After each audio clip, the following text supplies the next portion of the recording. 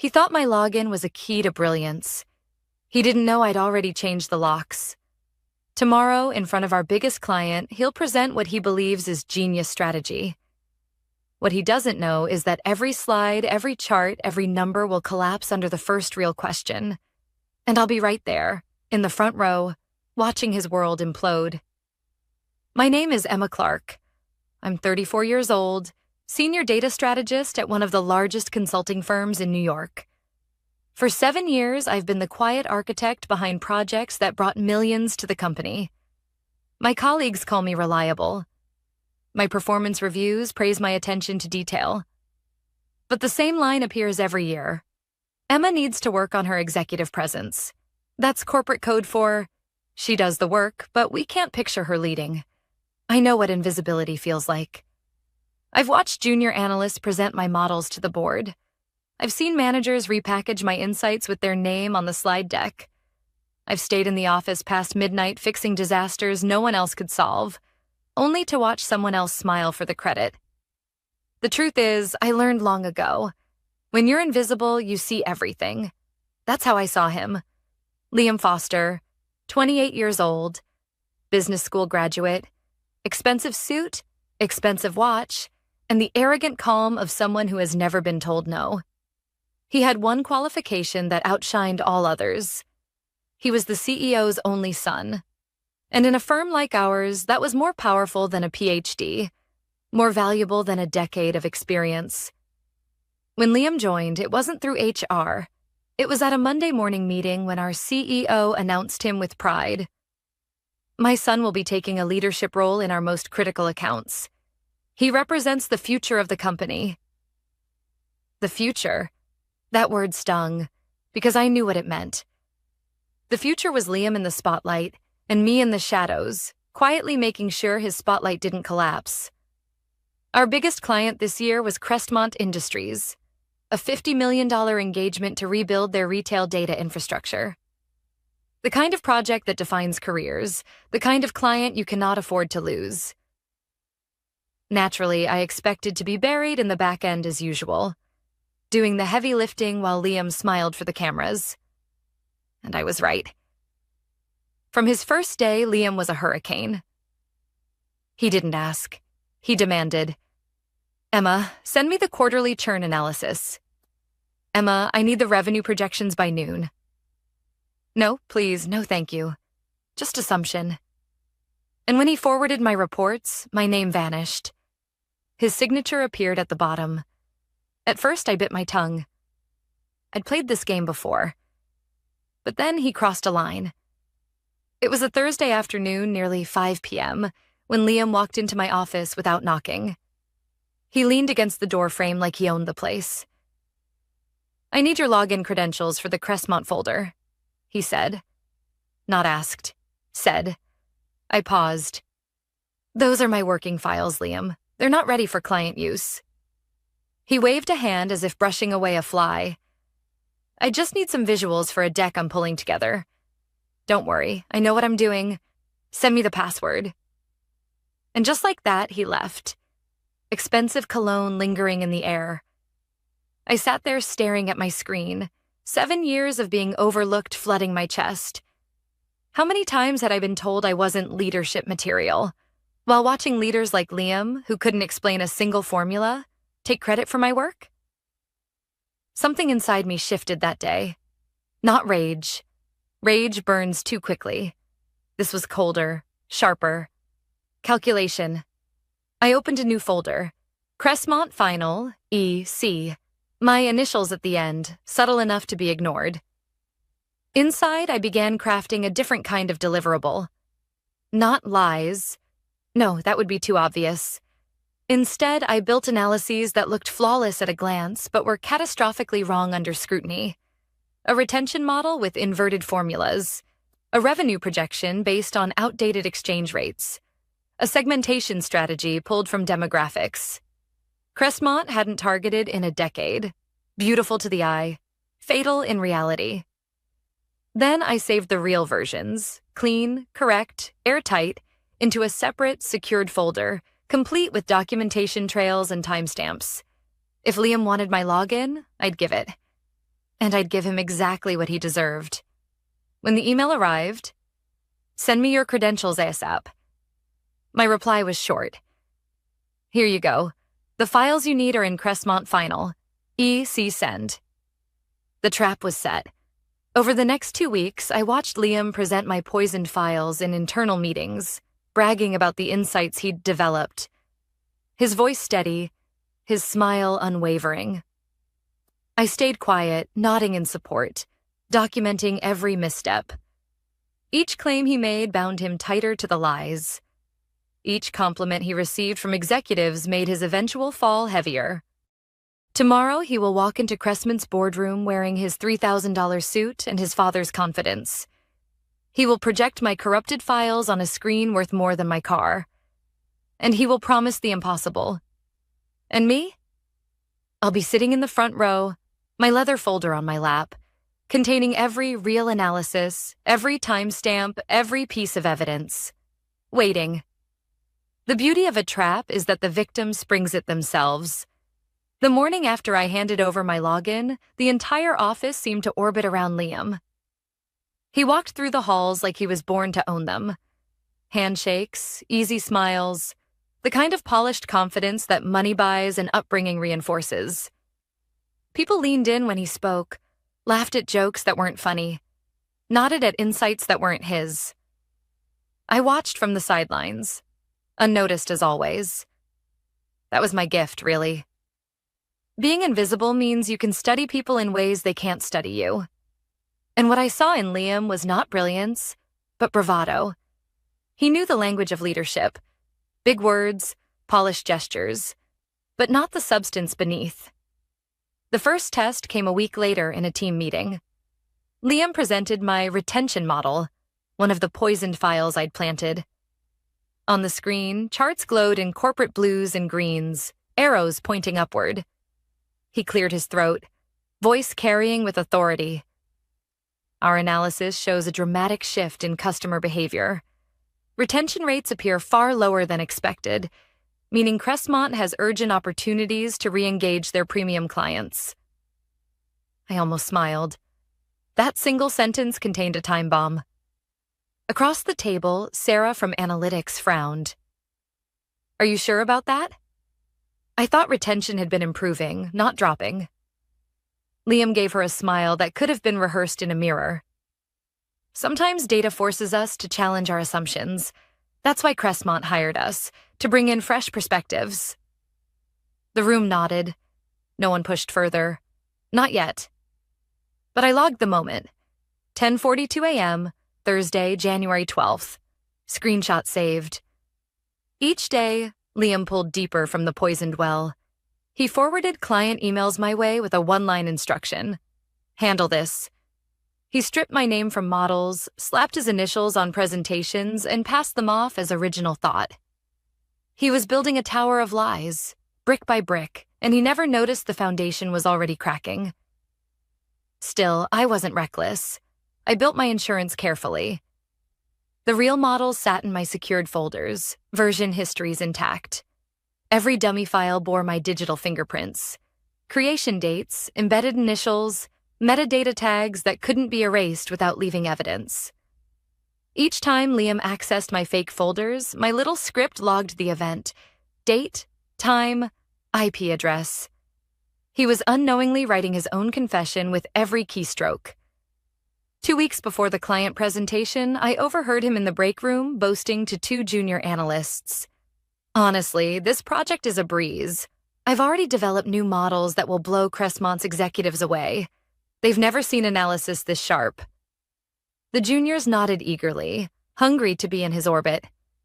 I poured my coffee in silence, invisible as usual. But inside, I was ice. Let him brag. The louder the boast, the harder the fall. The truth was, Crestmont's executives weren't fools.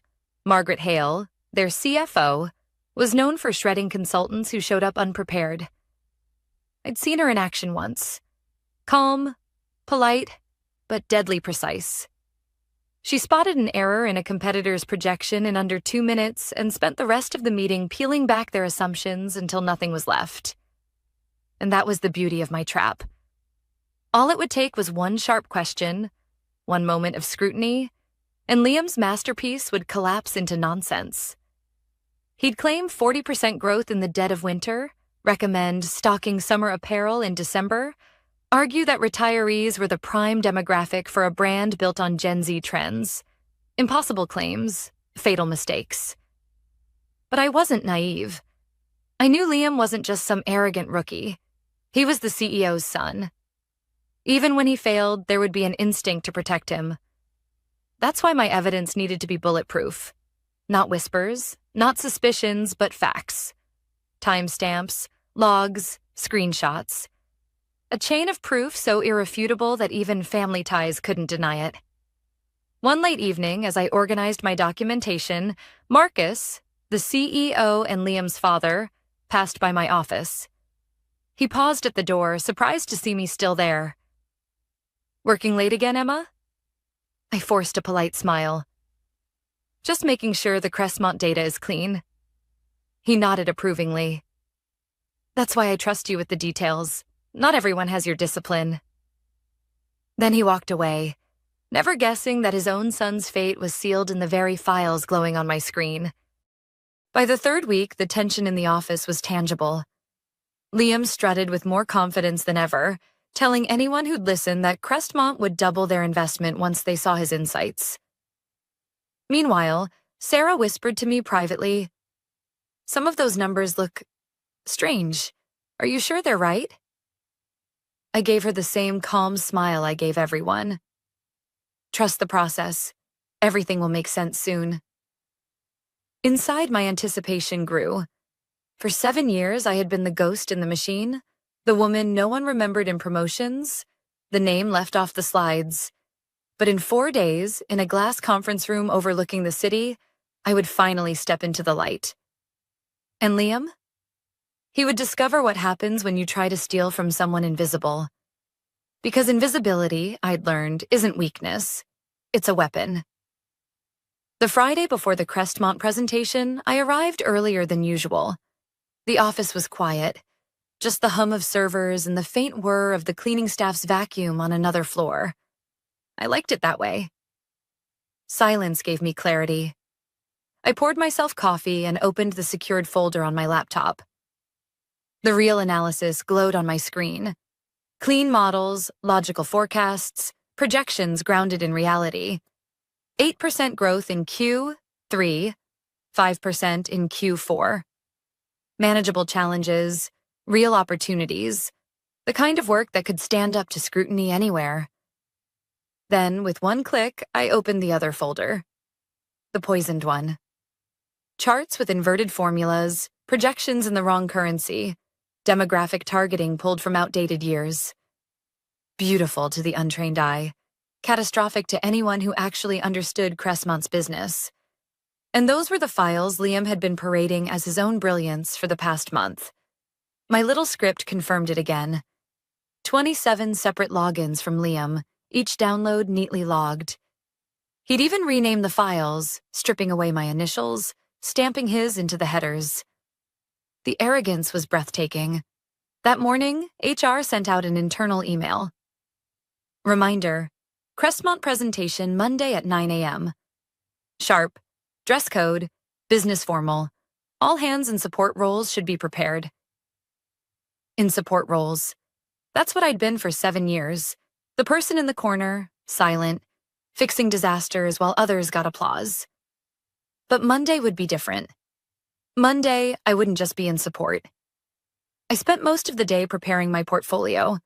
Every chart, every real model printed and bound in a leather folder. Timestamps, metadata, screenshots of Slack messages, even version histories. Not dramatic accusations, just facts laid out clearly, step by step. My insurance policy. By mid-afternoon, Liam strutted into my office without knocking. He leaned against the doorframe, grinning like a politician. "Big day Monday. You'll be there, right? In case they throw technical questions." His tone wasn't a request, it was an order. "Wouldn't miss it," I replied evenly. "Good." He straightened his tie and flashed that practiced smile. "Not that I'll need backup. The work speaks for itself. I almost laughed. Yes, it did. That weekend, I tried to relax, but the anticipation gnawed at me.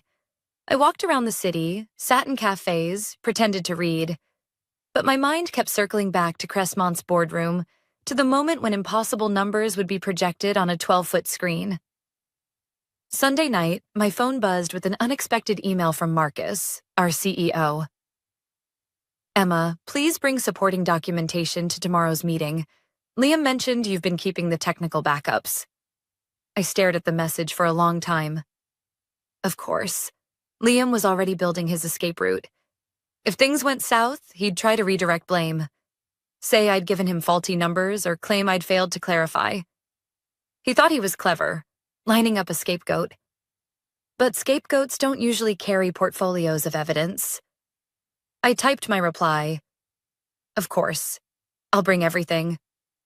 That night, I laid out my charcoal suit, polished my shoes, and placed the portfolio by the door. Inside, 2 stories waited. One false, one true. By 9 a.m. tomorrow, only one would survive. Monday morning, the lobby was buzzing. Consultants in sharp suits clustered in small groups, rehearsing sound bites, double-checking slides. Liam arrived like he owned the building. Expensive suit, perfect hair, that easy grin. People flocked to him, eager to be in his orbit. I walked past unnoticed, my leather folder under my arm. That was fine. Being invisible had always been my strength. We rode the elevator together to the top floor. Liam chatted with another manager about reshaping retail landscapes and innovative growth levers. Buzzwords polished to perfection. I stayed silent, focused on the floor numbers ticking upward. The Crestmont boardroom was everything I expected. Floor-to-ceiling windows overlooking the skyline, a table that could seat 20, screens larger than my living room wall.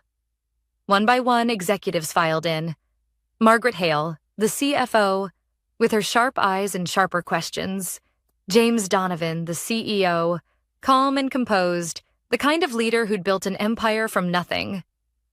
Marcus and 2 other partners took seats along the wall. Liam sat up at the front, clicking through his slides, confident, radiant. I chose my spot deliberately. Front row, directly across from Margaret Hale. I placed my folder on the table, closed but within reach. As Liam opened the meeting with his polished introduction, I felt a strange calm settle over me. The pieces were in place. The trap was ready. All I had to do now was wait. Liam opened with confidence so polished it almost squeaked. Company overview. Market trends. Slides that said everything and nothing.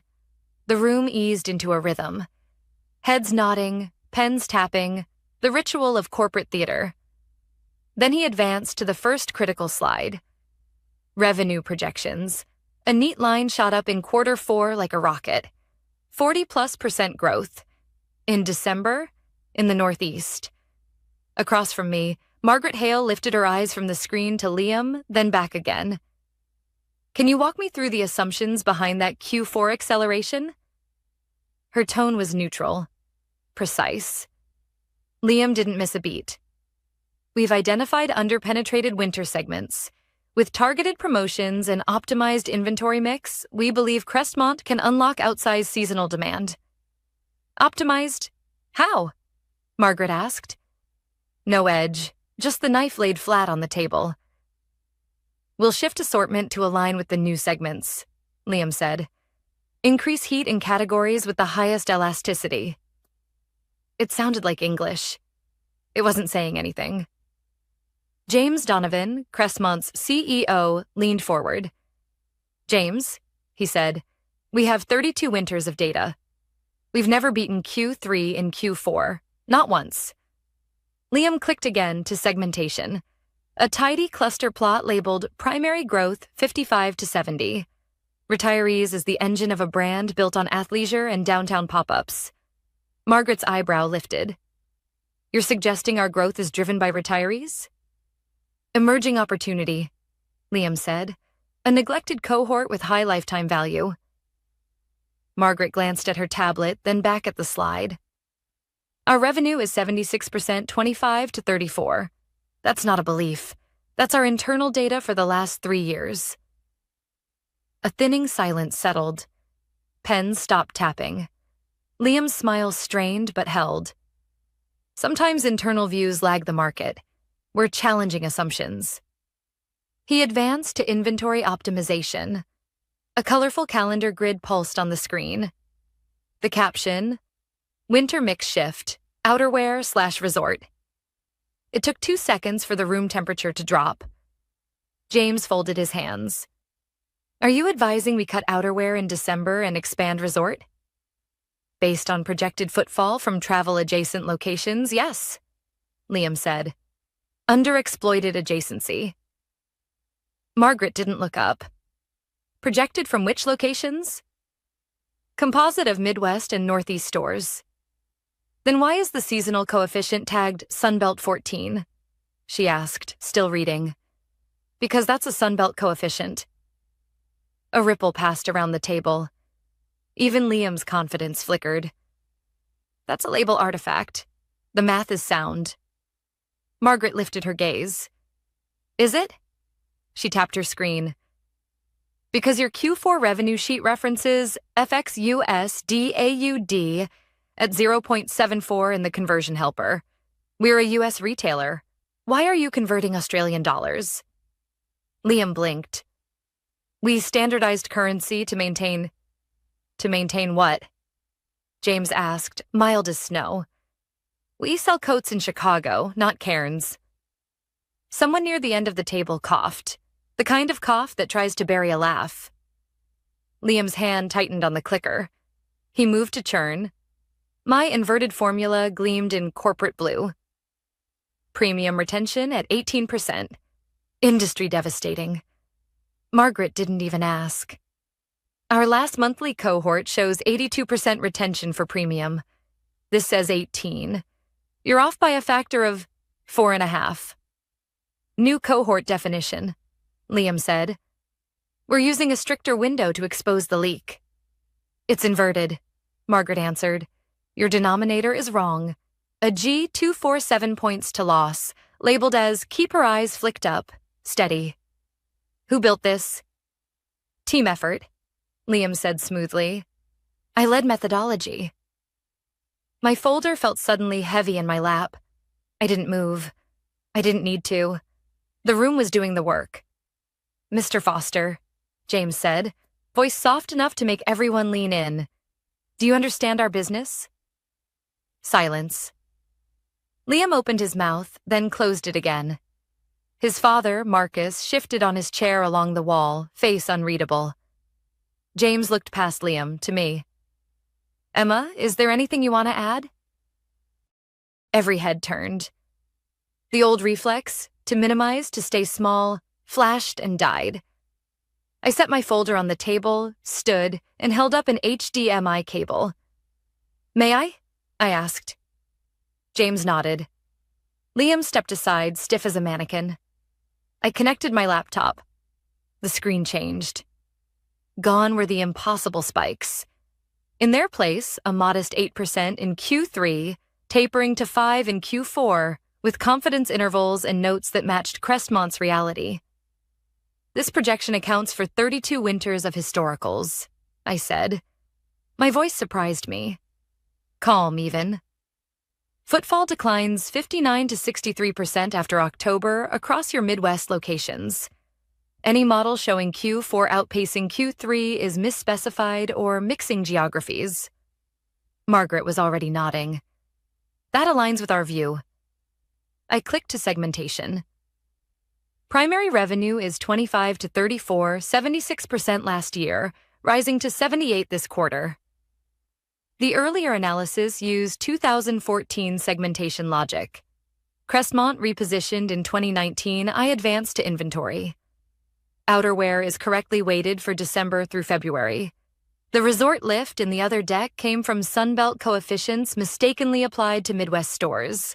A label artifact would not redirect a formula. The range reference was wrong. No one interrupted. The room felt closer now, as if the table had quietly tightened around the truth. I moved to retention. Premium retention is 82%. The other file inverted the calculation. AG 247 points to the loss flag. Here's the corrected sheet, with audit trail. Margaret's pen hovered, then dropped. Thank you. I stopped. I hadn't mentioned Liam. I hadn't needed to. The numbers were their own witness. James tapped his finger once on the table. One question, he said to me. How did we get shown that? He angled his head toward the frozen image of Liam's slide. Instead of this? I opened the folder. Pages lay in crisp order. Version histories, timestamps, access logs. These are the preliminary drafts I keep for internal stress testing, I said. Marked not for distribution. They were accessed, renamed, and presented as final. I slid one page forward.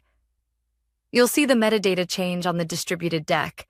The label preliminary was removed. Liam spoke quickly, too quickly. Emma supplied the wrong numbers.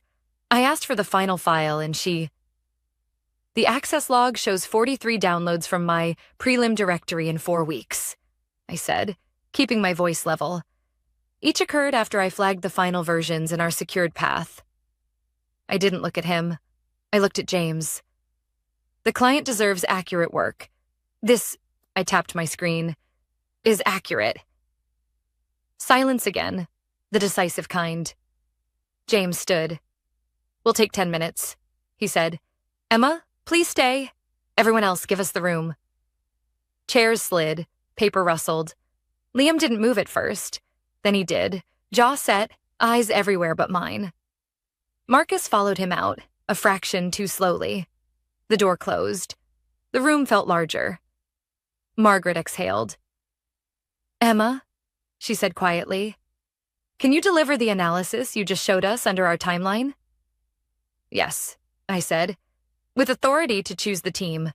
Direct access to your data, clear sign-off protocols. James nodded once. Good. Outside the glass, I could see Liam on the phone, pacing, one hand to his temple. For years, I'd been invisible in rooms like this. Now the room was looking back at me. The 10 minutes hadn't passed yet. But the tide had. The 10 minutes stretched into 7. The door opened. James and Margaret returned first, faces composed. Marcus came in behind them, the careful neutrality of a man balancing 2 loyalties. Liam followed last, jaw tight, eyes fixed on the middle distance. James resumed his seat and folded his hands. Thank you for your patience, he said.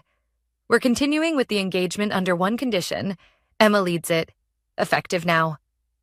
He turned to me. Authority to pick the team, direct access to our data, and a weekly checkpoint with me and Margaret. Can you accept that? Yes, I said. I'll need a clean handoff today and a working session with your finance and operations leads by Wednesday. Done, Margaret said. Liam cleared his throat. With respect, this change midstream will confuse the client. The original methodology... James didn't raise his voice. Mr. Foster, you won't be speaking for us going forward. He looked to Marcus. I assume your firm will manage its internal process. Marcus's nod was small, controlled. We will. The rest of the meeting was all pragmatism. Dates, deliverables, data access. I walked them through the corrected roadmap. Rebuild the churn model with transparent cohort logic, fix the geography mix in the footfall forecasts, retune inventory coefficients by climate band, establish a sign-off gate so preliminary files could never masquerade as final. No buzzwords, no theater, just work. When we broke, Margaret lingered. I don't reward drama, she said quietly. I reward clarity. Bring me clean numbers and people who can explain them. You'll have both, I said. In the hallway, Marcus stopped me. Up close, he looked older than he had an hour ago. Did you plan this? He asked. I plan to protect the client and my work, I said. The files Liam used were marked preliminary. I documented everything because I've learned that's the only way to be heard. He studied me a beat, then exhaled. We'll need a formal statement for our internal review. You'll have it by end of day. Back at the office, HR called me into a glass room and turned on the recorder. I stuck to facts, dates, folders, version histories. No adjectives, no speculating about intent. When they asked if I wanted to file a complaint, I said this. My only request is process. Clear ownership, audit trails, and consequences when those are ignored. They nodded and ended the recording. Liam didn't come back to the floor that afternoon. An email later announced he was on leave. No details. Offices are good at euphemisms. I assembled my team before the day was out.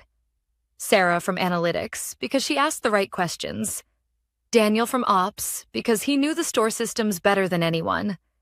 And Priya, a junior who'd been quietly fixing other people's SQL for a year. In our first stand-up, I laid out ground rules. Everything in version control, every assumption documented, no slides without model notes, no one presents alone. Heads nodded, relief visible. We opened the Crestmont repo and started over. The next weeks were a blur of clean work. Daily syncs with Crestmont's finance and ops. A cohort retention model that anyone could audit in 5 minutes. A seasonality framework that separated climate from calendar. A modest forecast, 6 to 8% growth in Q3, 4 to 5% in Q4, tied to levers Crestmont actually controlled. We piloted a staffing optimization at 6 stores and watched checkout times drop without overtime. When we recommended shifting outerwear buy windows by 2 weeks in the Midwest, the warehouses stopped choking in January. We didn't promise miracles. We delivered improvements. By quarter close, the numbers came in. Crestmont landed at 6.8% growth in Q3, 4.9% in Q4, within the band we'd projected. Inventory carry cost fell by $1.8 million over 2 months. Margaret sent a 3-sentence note to our firm. Thank you for the transparency. Thank you for the rigor. Keep going. I printed it and slid it into my folder behind the access logs. Both mattered. The internal part resolved quieter. Liam resigned. To pursue new opportunities. The announcement was 3 lines long. Weeks later, he sent me an email that started with defensiveness and ended with apology. I read it twice, then archived it. I wasn't interested in being his lesson. I was interested in not repeating mine. Marcus called me into his office on a rainy Tuesday. No small talk. You're leading Crestmont permanently, he said. And I want you to build a data integrity program across accounts. Title upgrade, budget, headcount. Present a plan next week. I'll do it if the rules are explicit, I said. Ownership, review gates, and real consequences when they're ignored. Otherwise, we're just changing titles. He smiled, tired but genuine. Write the rules, Emma. I walked back to my desk past the kombucha taps and the aspirational posters and thought about how quiet fights change companies. Not speeches, not takedowns. Process. Proof. People who will do the work when the stage lights are off. I didn't set out to ruin someone. I set out to protect a client and reclaim my name. The trap only existed because someone kept helping themselves to what wasn't theirs. If there's a message in any of this, it's not be ruthless. It's simpler. Document everything. Guard your work and let the truth do the heavy lifting. Competence doesn't shout. It accumulates. I still stay late sometimes. The office hums the way it did before dawn on that Friday when I checked both folders and chose which story would survive Monday. Only now, when I leave, I stop by a different office. Mine, with a door and a window and a team chart taped to the wall. Before I shut down for the night, I write 1 line at the top of the next brief. Assumptions we can defend. It's not flashy. It holds.